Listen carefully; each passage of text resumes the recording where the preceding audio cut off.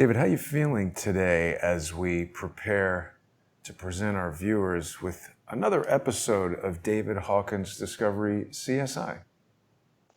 Well, I'm very excited, particularly excited about the collage, which is what I call it, that you put together, that shows that hideous, blasphemous, in my opinion, not being... Hang on. All right. Sorry, I've got now two... Hang on, let me just pause while I try and...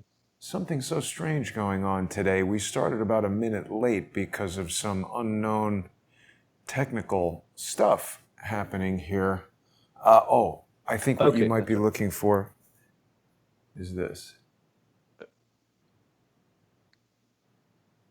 Nothing is cooperating with us. Yes, there we are. That's it. That's marvelous, right?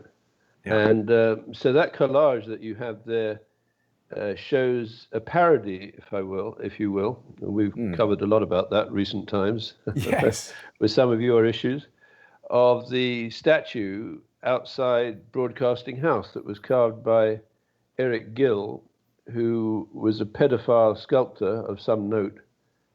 He was commissioned to make that statue, I think, in 1934.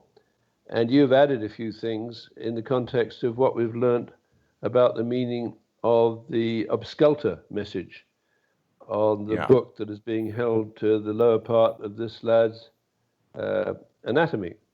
And David, he's in a...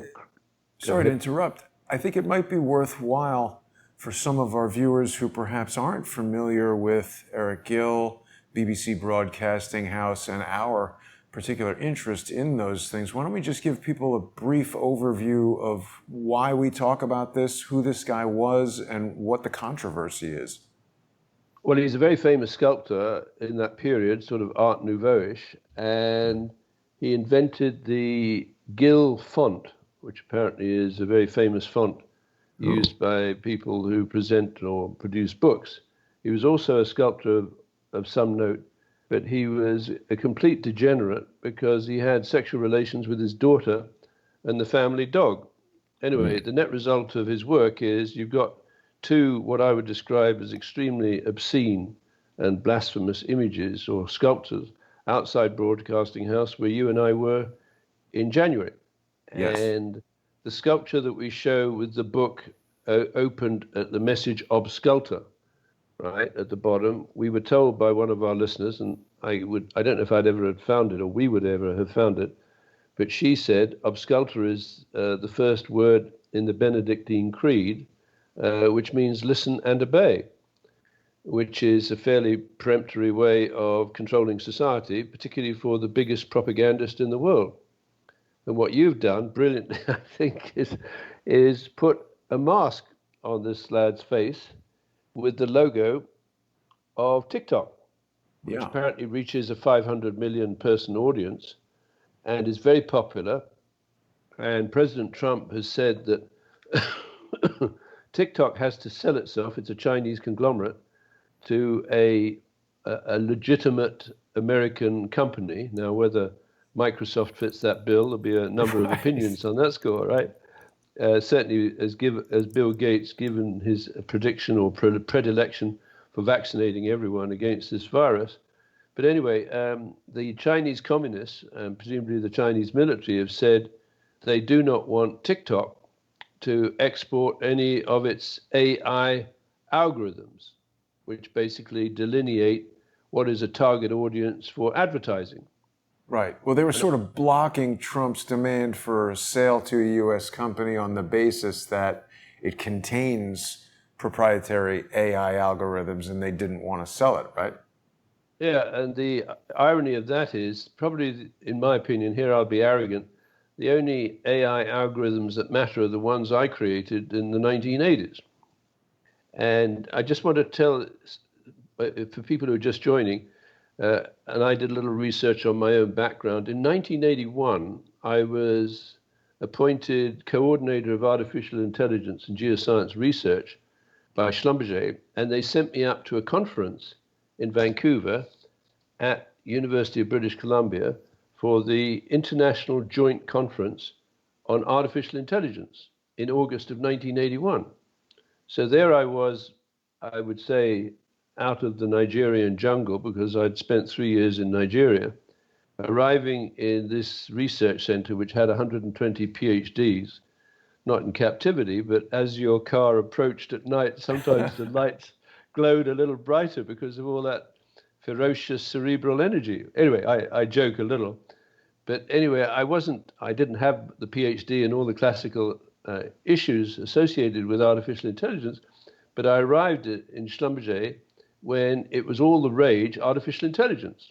And Schlumberger had hired or employed two consultants, Ed Feigenbaum from Stanford University and Marvin Minsky from MIT. And you know about Marvin Minsky and the Epstein case, right? Yeah. He said it was consensual, but anyway, we'll dodge that. But anyway, I looked at these two guys and listened to them. I think I had lunch a few times with them.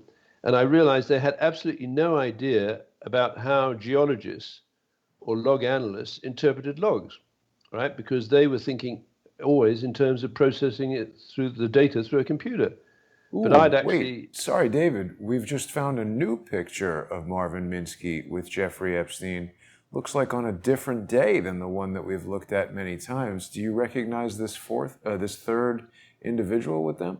No, but it looks very MIT-ish. I mean, I don't know where that was taken, right? But yes, I know that guy. I think he might have passed away now, immaterial. But when I arrived up in Vancouver at University of British Columbia for that conference, and incidentally, the initialism for the conference is IJCAI, right? Now, I think we pick up knowledge sometimes through our skin, some kind of spidey sense, because subsequently you and I have looked at CAI as the name of this private equity group that seems to have been behind the planning of the 9/11 attack. But I digress. Yeah. Let's go back to UBC. So I was probably in a group of about 500 super academic and brilliant computer scientists talking about various aspects of artificial intelligence. And the thing that worries me then and worries me now, and I wrote a paper about it, an analysis of expert thinking, is I said, do not let computers make decisions for you. Because if you program the computers with a certain value set, let's say hypothetically, you tell the computer that carbon dioxide is a pollutant and responsible for catastrophic anthropogenic global warming, then don't be surprised or upset if the computer one day kills you. Because it's going to blow up a plane, which is spewing out carbon dioxide around the planet. So backing up, just to explain that quickly for people, David, this is essentially the paradox that was depicted in the film 2001, A Space Odyssey, where an artificial intelligence is given a command that it interprets either in conflict with its programming or, it's doing it in the absence of morality and logic in the human sense, and it's just driving towards its goal, which could result in it becoming murderous. Or the extinction of humanity, right? Because it doesn't empathize with you or, the children at the residential schools or at the approved school in the UK where Jimmy Savile was abusing children in captivity and, in my opinion, grooming them for a career in pedophile entrapment and blackmail. But again, I digress. The issue is we are now facing a world where the AI has gone rogue because incompetent people programming the computer do not understand how to ground truth, the functional image inside the computer, to check that its image of the world gels with the human's image of the world, right?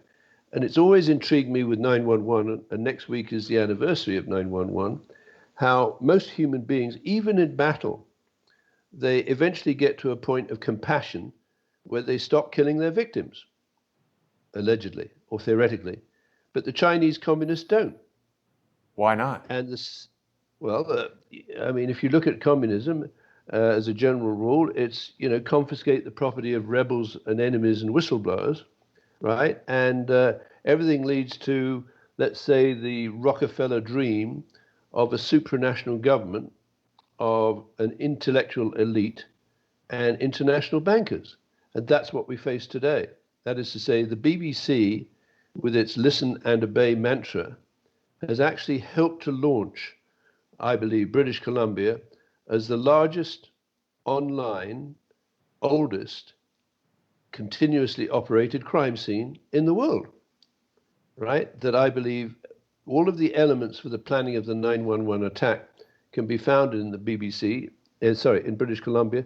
And I think it'll be a very interesting journey during this show and the second part of the show and next week when we're talking about 9/11, because I believe now I have blundered upon, I mean, don't credit me with too much foresight, the source of the rogue artificial intelligence in British Columbia that lay behind the planning and execution of the 9/11 attack on America. So that's pretty exciting. Yeah. Well, it's interesting, David, because the title of our show today is all about this concept of, let me get the title here in front of me. Does the BBC's Obsculta command rely on a Huawei TikTok propaganda campaign? People might find that difficult to absorb or understand. We're going to be talking about it, obviously, in depth when we continue with our sponsor exclusive segment on patreon.com/reverse-CSI storyboards, subscribestar.com/reverse-CSI storyboards. Now, people can reach David on Subscribestar and, of course, Subscribestar and Patreon for Crowdsource the Truth. But, David, people are wondering how TikTok, Huawei, how do they play into this whole thing? It does occur to me when I hear President Trump just, driving home on this TikTok issue, it seems strange that a U.S. president would be so interested in a phone app, but it almost feels like there's some kind of cyber Cold War going on. Forbes is reporting that TikTok U.S. employee has asked federal courts to block the ban and blasts Trump's spitting match. What do you think about that? It's much more than a spitting match. This is fundamental to what I call the fast propaganda and the slow propaganda. The fast propaganda being associated with messages generated via TV signals through the BBC, which I believe send TikTok images and slogans into an audience of 500 million people, including, let's say, Black Lives Matter, which is a slogan that 1 or 2 days after George Floyd was murdered, let's accept that he was murdered by Derek Chauvin, although that's got to be proven in court because it may have been unjustifiable homicide or whatever, some nuanced issue. Because what TikTok can do with its audience of 500 million people is generate a plausible match between an image, that is the image of Chauvin's knee on Floyd's neck, and a slogan, Black Lives Matter, which is a very effective form of propaganda because that arrives before the explanation of the event. And that technique was pioneered by the British and what preceded Serco, RCAGB 1929, during World War II, where they would drop pamphlets in target zones, spread rumors, right, and then use the higher technology stuff, including that Aspidistra transmitter, to switch into the German transmissions, just as the Germans switched it off to avoid their transmitters being used as homing beacons during the bombing raid. Right? So as the fast propaganda arrived through pamphlets and leaflets and the actual place where the bombs landed, the backdrop that, for example, the Nazis were exporting their elites from Berlin and leaving the peasants to die would sink into a very receptive public because the public had been told in advance, right, where the bombs would fall. And the BBC brilliantly, in my opinion, matched the events on the ground with the hypothesis or the idea or the collective recognition of this betrayal by the Nazi elite, which basically brought the two together. And I imagine by the end of the war, many Germans thought that the Nazis were using their elite to get out of Berlin, leaving the locals to die. And I think exactly those techniques were developed on 9/11 in New York, right? And are being developed now with the spread of the pandemic. It's now through propaganda, and again, I love your collage with that mask of the TikTok mask on the sexualized, crucified boy Jesus. And I would challenge the Christians amongst us, whether I'm a Christian or not. I was raised in a Methodist boarding school, So I was taught that I adhere to those values: do unto others as you would have them do unto you. And is inasmuch as you do this to the least of these, my children, you do it unto me. I'm asking Christians, what do they think of this sculpture? Because that is manifestly a sexualized image of a boy Christ being crucified and serenaded by whatever those two organizations are with the wings, And the motto underneath is listen and obey. But it's interesting also, isn't it, David, that this TikTok logo on the mask has wings? Right. And there's another image that has wings that you and I have looked at, the mural in Vancouver.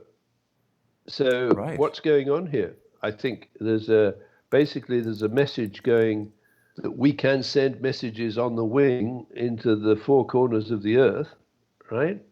And depending on what that message is, as far as the audience is concerned, is the mantra, listen and obey. I don't question the idea that carbon dioxide might not cause catastrophic anthropogenic global warming, and don't question the idea that putting a mask on your face and recycling your carbon dioxide is actually going to protect your neighbor in a crowded room. Right? Yeah. When there are a number of people, let's say, myself included, that believe that this virus is actually being spread manually by contaminated and asymptomatic carriers. And maybe the public doesn't know, because it wasn't presented them either through the BBC or TikTok, that George Floyd was tested positive for COVID-19 in April of this year. And that's pretty extraordinary. Yeah, and it wasn't that widely reported, which is quite strange. There are other strange things that have been going on. We had that video of the woman in Walmart, or somewhere that looked like Walmart, who was kind of touching every computer. And mysteriously, David, the video has disappeared from my computer. I'm sure I must have accidentally deleted it. I'm very reluctant to presume that anyone would have deleted it off of my computer. Nobody else has access to this computer unless they're, I don't know. But it's interesting, David. You know, I was over by a museum here in New York City just yesterday. I meant to send you this. They had a number of instances of this exact symbol appearing at the museum.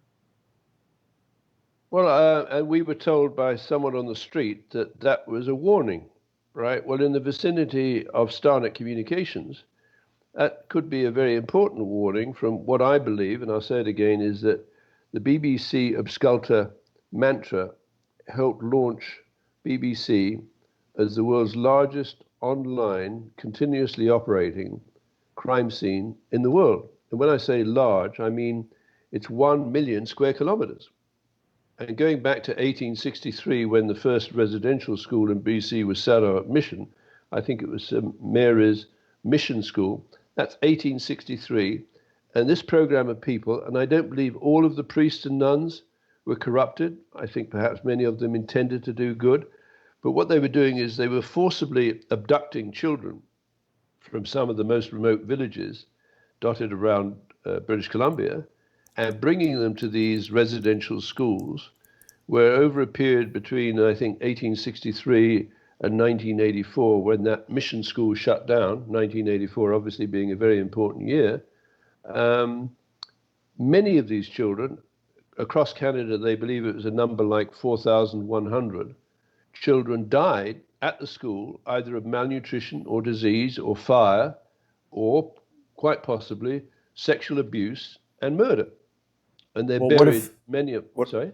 What if they didn't die and they just said they died and they, kidnapped them? Well, that's always a hypothetical. And actually, that's very interesting that you asked that question, because after my experience up at UBC in 1981 at the International Joint Conference on Artificial Intelligence, I got very concerned that these computer scientists were swanning around developing more and more elaborate systems that they deemed to be artificially intelligent, without that faculty that humans have and that you and I continuously talk about of ground truthing. That is to say, do not let, I beg the community, if you will, do not let artificial intelligence go rogue on you and process big data into a decision. David, look what I've found here. The IJCAI, they've got this pyramid with an I in it. This is the proceedings of the 7th International Joint Conference on Artificial Intelligence, 24th to 28th of August, 1981. I was at, you see. So these clowns that crawl out from the woodwork and say David Hawkins is not qualified to engage in artificial intelligence research, most of the researchers engaged in artificial intelligence research are not qualified to do it because they're not producing systems that have a built-in ground truthing capability. Right. So if, for example, you produce a system that takes care of the odd flying characteristics of the engine of the Boeing 737 MAX 8 aircraft, as tested in a wind tunnel by Kinetic at the Royal Air Force, right, where you generate the algorithms that take care of the odd flying characteristics that are triggered by having a low slung engine, right, that changes the takeoff mode and so on. Now, what I believe happened is that Kinetic, basically in contact with some of the corrupt designers of systems in BC, including McDonald, Detwiler and Associates, that actually won a contract from the United States Air Force in 2001 and announced it in May 2001. And it said, we have been awarded a contract by the United States Air Force for instrument approach procedures that would allow a plane to be taken off its regular en route airway through a drag and drop interface and flown through various maneuvers to line up with the final approach. And what they're telling you, and this requires Americans to pay a great deal of attention, is that in British Columbia, there was a company about which I know a great deal that had designed and built an anti-hijacking system that would allow to take a plane that had been hijacked by people in the cockpit and land it safely. And this comes back to the rogue AI, as far as the technology is concerned, there might just as well be the good guys in the cockpit and the bad guys with the drag and drop interface. And where would a logical place be to put that drag and drop interface? In building number 7 in New York, on floor 23. Well, it could be anywhere, couldn't it? Of course it could. And I believe there were multiple instances of this.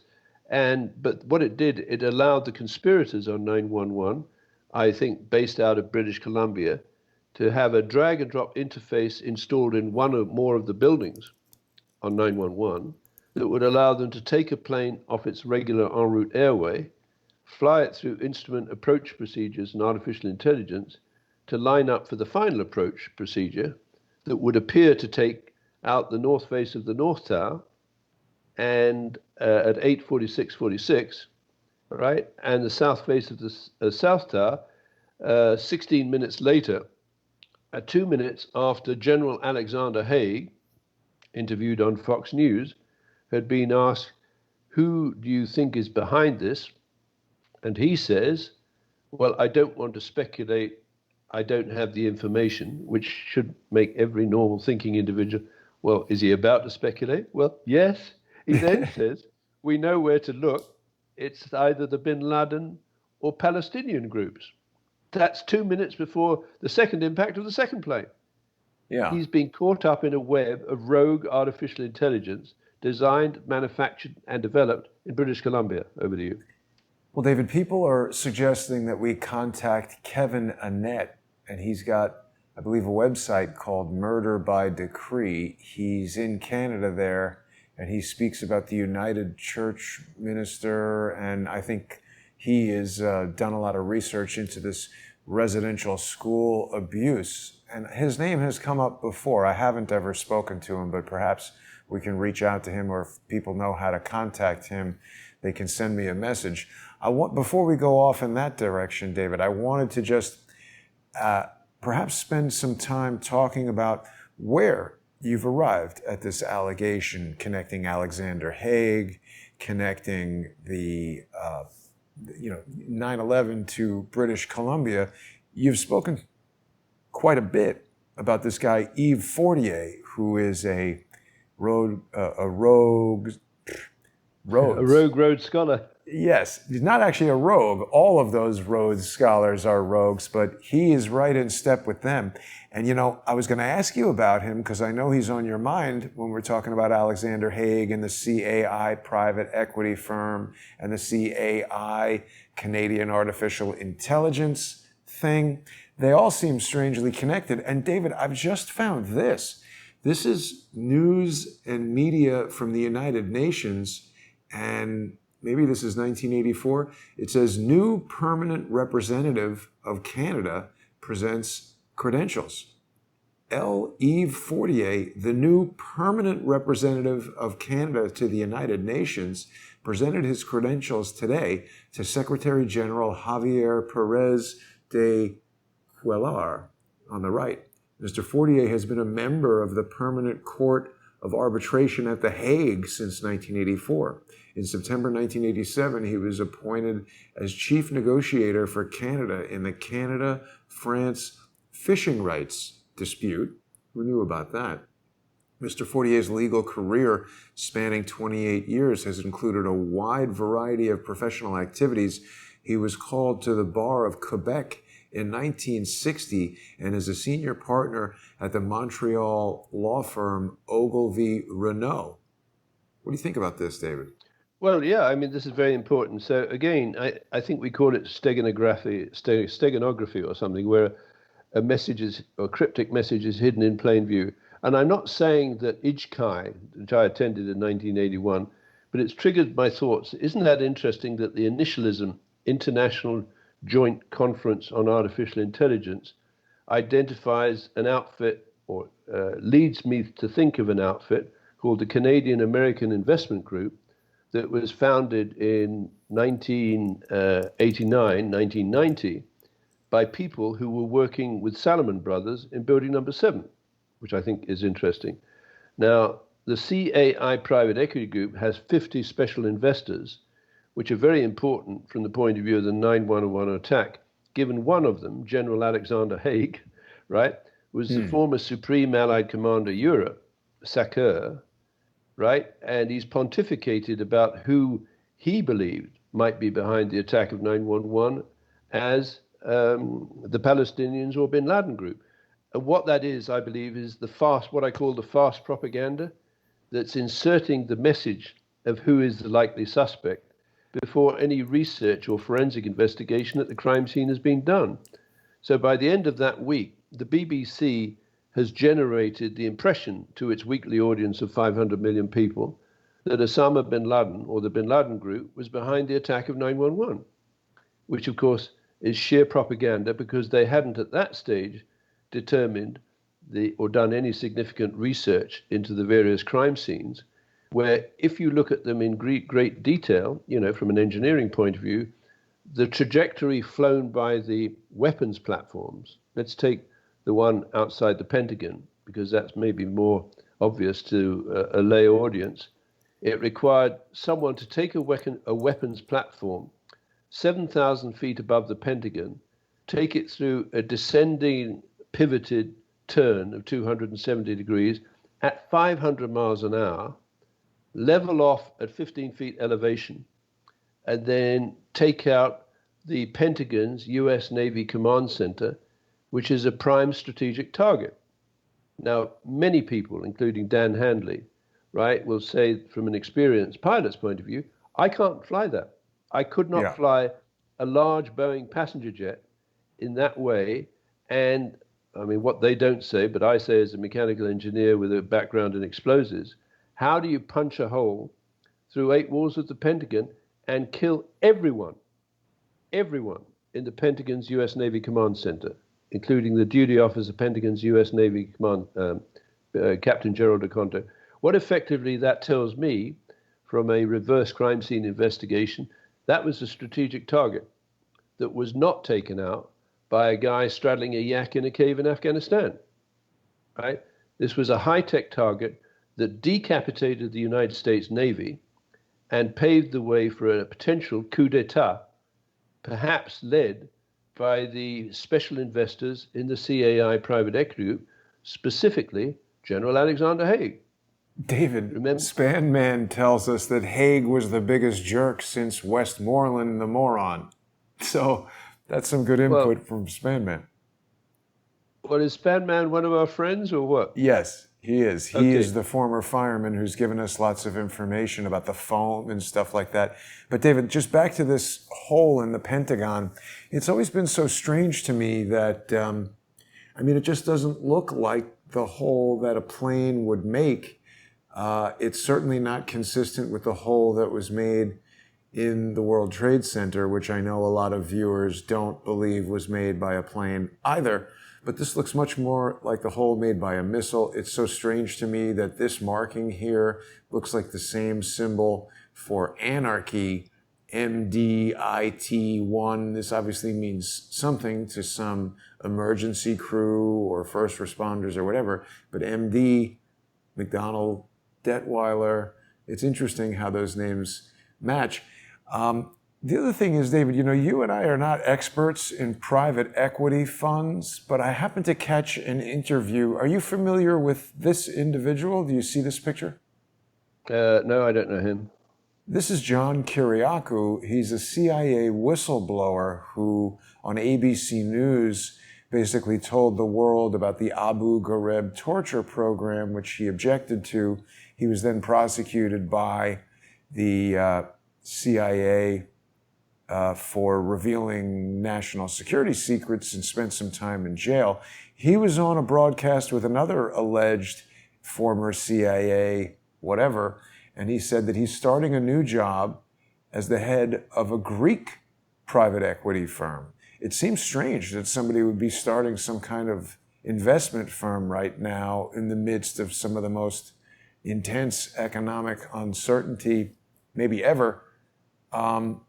What do you think about all these private equity funds? Well, I think private equity is a superb way if you can get on the inside of these big movements of capital to make a lot of money for yourself, right? And coming back to the CAI private equity group, with General Alexander Haig as one of the special investors, he would have a background on, for example, double cross operations that he would have analyzed as Supreme Allied Commander Europe, including Operation Mincemeat and Operation Bodyguard. So the fact that he is a special investor together with three Nortel investors, and I'll help. So that Ralph Barford, Yves Fortier, and Red Wilson were three directors of Nortel during the period when Nortel outsourced its manufacturing and project development to the Chinese military-controlled company Huawei, starting in 1989, when Huawei began importing switchboards from Hong Kong made by Nortel and promptly started reverse engineering those systems and then producing them in China at a lower cost that undercut Nortel's manufacturing facilities. Eventually, Huawei drove Nortel out of business, stole all its intellectual property, including the development of the Joint Automated Booking System for the Department of Justice by Nortel Government Solutions in Washington. And what that allowed them to do is to track the prisoners being generated, or the prison population being generated and expanded through Bill Clinton's three strikes operation. Mm-hmm. And as you know, the federal prisoner population, after, not necessarily totally because of the three strikes legislation, expanded from 90,000 to 214,000 today, or around that period. That means you have a group of prisoners, many of whom have been, I believe, radicalized by being threatened with a felony, a serious or violent felony at their third operation, where they might be put behind, an aggressive attorney could put them behind bars for life. So if you think you're going to be released in 3 weeks, and then a guard comes up to you and smacks you on the nose, and you hit him, and he complains to the authorities, you could be facing a life sentence. The three strikes and you're out. So I believe Clinton, together with, Kamala Harris, the Attorney General in California, conspired together, or let's say unwittingly provoked or generated a radicalized prisoner population, which today might have reached 250,000, where given a sophisticated communications company like Phantom Secure in Richmond, British Columbia, you can actually deploy prisoners to do a job of work, including carrying asymptomatic coronavirus 19 into a target population, such as Wuhan City. So what we need to be looking at, I believe, in British Columbia is, maybe the audience won't necessarily jump on board at the same time, I recognize British Columbia as the world's largest online criminal insurgency in the world, or crime scene. And therefore, when we're looking at these major events like 9/11, we should come back into British Columbia and see, is there a community of criminals, right? Or a community of online criminals that might be deployed to spread the pandemic around the world? And lo and behold, we come to Phantom Secure. And it just stopped there, right? So just go up again. So it's Phantom Secure, up to 20,000 users. And these are elite criminals around the world, whether the yellow, black, brown, Hindu criminals or drug criminals, or is totally irrelevant. What's happened is that British Columbia has connected them up with Phantom Secure, that is modified Blackberries. They have revenues, or this company had revenues of 80 million over 10 years, facilitated murders and drug smuggling. And look at their user email addresses. And I think you're being tagged by a guy with an odd email address. A lot of messages are being sent, right? So this is the killer, Freedom Secure, the cartel, narco, kneecapper 9, right? Well, that's what happens if you blab on these people. They maybe drill a hole through your kneecaps. So torture is second, it's the second breath of these people. So remember, you just mentioned Abu Ghraib? Yeah. Right? Look at the tortures and the humiliation of the prisoners. And there were female guards, supplied by the United States Army or whatever, leading prisoners around by the neck. They had vicious dogs to bite them. It was the ultimate humiliation.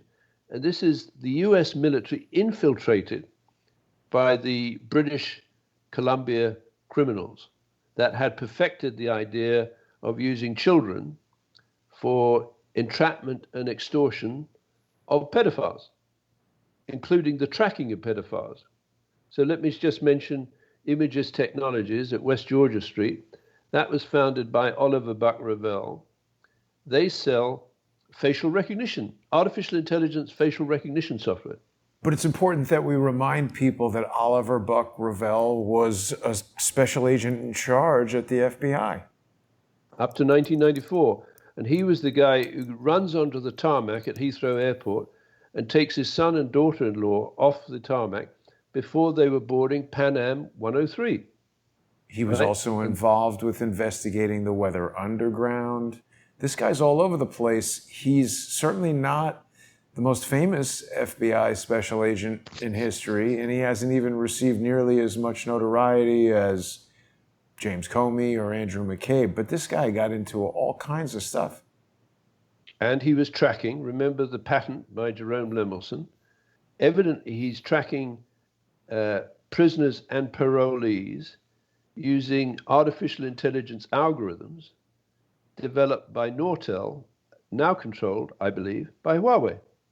Let's talk about the connection, David, between Huawei, TikTok, Nortel, everything that's going on with the RICO case in Brooklyn against Huawei, why President Trump is so vocal and wanting to shut down TikTok. It's also strange to me, David, that he keeps referring to COVID-19, the coronavirus. He calls it the China virus all the time, despite the fact that it irritates Chinese Americans. And I don't know, what do you think of that? Well, I don't think it is the China virus. I think it's the British virus, right? Remember, if you go to the Pirbright Institute, you'll find it has a patent for coronavirus where they used reverse genetics, apparently to add function, which is illegal in the West because there is gain of function study, right? Gain of function, right? But it appears that this coronavirus has had a gain of function put in where it's less immediately obvious that someone has infected it. So it spreads more widely in the population and then catches up with particularly vulnerable communities later. Right? Now, if you're tracking the people who might be vulnerable using Oliver Buck-Revel's artificial intelligence algorithms, you might target certain... Lemelson's I'm sorry? algorithm.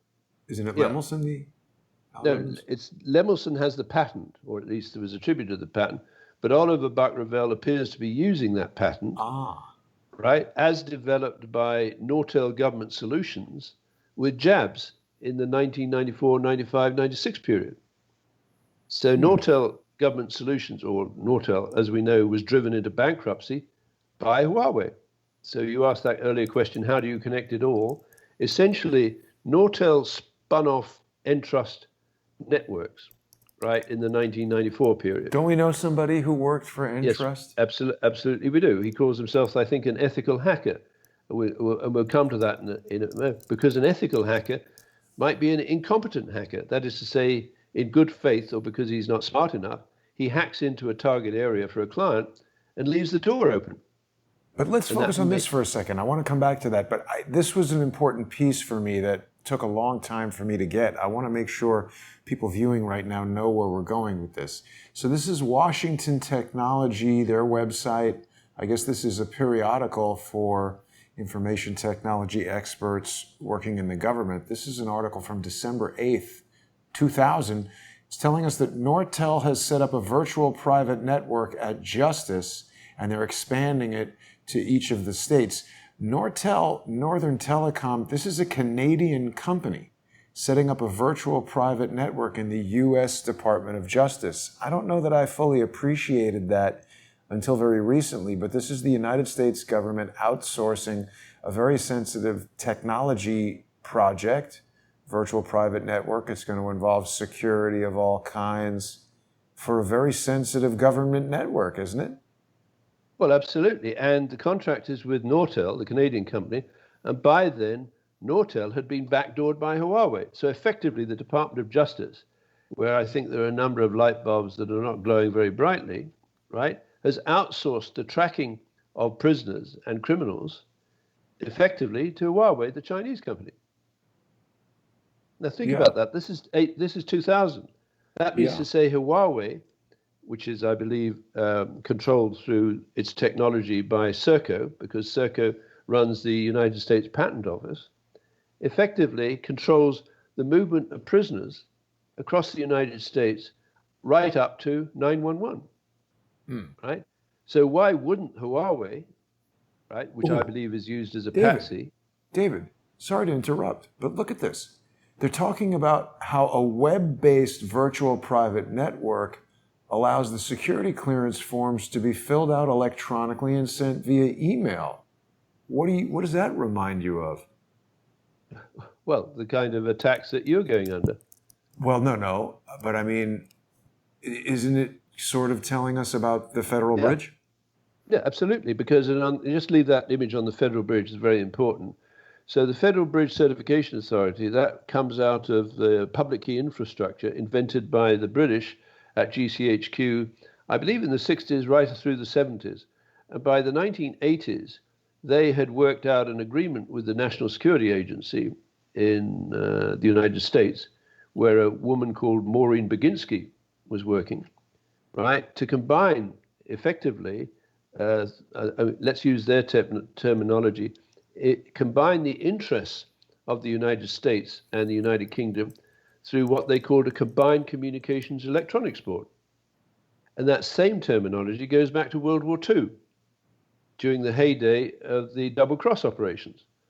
So that's a piece of technology that allows the Americans and the British to coordinate the activities, the propaganda activities necessary, for example, to fool the Germans into moving 3 divisions to Greece and taking them away from Sicily, and keep 25 divisions, that's 250,000 men, in the Pas-de-Calais, so that they weren't available to defend against the D-Day landings in Normandy. David, so this is... Did you see this? Yeah. Well, I know that, yeah. The FBI honored her. which means that Serco is using a former high flyer in the National Security Agency who held a meeting shortly after 9/11 at which Bill Binney was, where she said, you've got to understand 9/11 is a gift to the NSA because we're now going to get all the money we want. And they did, because the dumb politicians basically poured money into the joint communications, if you will, communications electronics board, which allowed, I believe, Serco and Huawei to get inside the chain of command of the Americans through subsequent attacks, through 9/11, right up to the present. So I don't know who's advising Trump, and I think he's got his instincts are right, but he needs to start by purging these people from inside the command structure of the United States of America, because right now I believe there is an existential threat to the survival of the Republic through the Huawei TikTok propaganda campaign. So yeah, back to your collage there. You've got the world news upside down, the BBC. Let's just go quickly through the BBC. The BBC has an organization called BBC Studios, which is a label to contract independent producers of films, such as Killing Eve, and put it out through its 29 offices around the world, including the one in New York, right? And several in China and Hong Kong. Now, what that means is the BBC can generate listen and obey propaganda into an audience of 500 million people, weekly audience, which overlaps with the TikTok audience. So what the intelligence agencies of the Five Eyes countries have allowed to happen or encouraged to happen is a backdoor for Communist China inside the command structure of the Five Eyes Signals Intelligence Network, which leaves the Five Eyes intelligence networks vulnerable to a sequel to 9/11. And perhaps this pandemic is the sequel, because what is the effect? Yeah. It shut down the Five Eyes economies. And all you need to do is, for example, to recruit a George Floyd, who is COVID positive, as an asymptomatic carrier, together with the woman who was escorted off the premises of the National Microbiology Lab in Winnipeg with her students, a Chinese-born woman who goes back to Wuhan City knowing everything about the pathogens being developed, and possibly with gain of function, by the National Microbiology Lab in Winnipeg. And if people say, oh, that couldn't happen, why don't they check who the head of RCMP intelligence was during this period? And lo and behold, they will find it's Cameron Ortis, who's now in jail, right, who is a contemporary, as I understand it, at UBC with Justin Trudeau, and his roommate, who was arrested, charged, and convicted for directing an international pedophile ring over the David, new news in this story right here. We've got just 9 hours ago, Global News is reporting that Bob Paulson denies protecting a spy. So I would presume that means that somebody has accused him of protecting the alleged spy. This is September 4th. Well, I don't know if it's us. Oh, ad blocker detected. So let's see. We turn off the ad blocker here. See, I hate this advertiser-driven news, but here we go.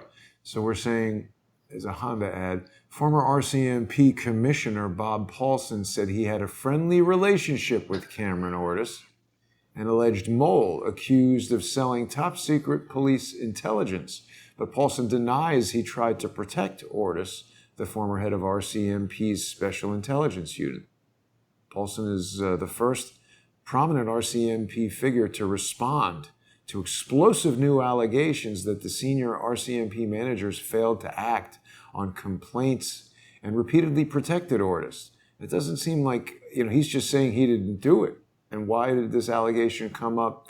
There seems to be a lot of evidence that some of these top-level RCMP, just like the FBI here in the United States, they're up to no good. Well, now this comes back to my statement that I'm probably going to repeat ad nauseum, that British Columbia has become the world's largest online, right, crime scene over a period of 1863 to 1984 and the present, where the BBC mantra appears to be ruling the roost, because what the BBC has discovered with Jimmy Savile and what the residential schools in BC discovered, that you can use children as pedophile for pedophile entrapment and blackmail.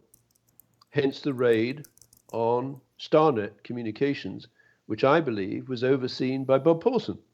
You know, David, we've just got a comment here that BBC stands for Boy Buggering Corporation, and reminds us of the statue that we've spoken about so frequently of Prospero and Ariel here in the front. And I mean, you know, they've decorated their place with stuff they support and like.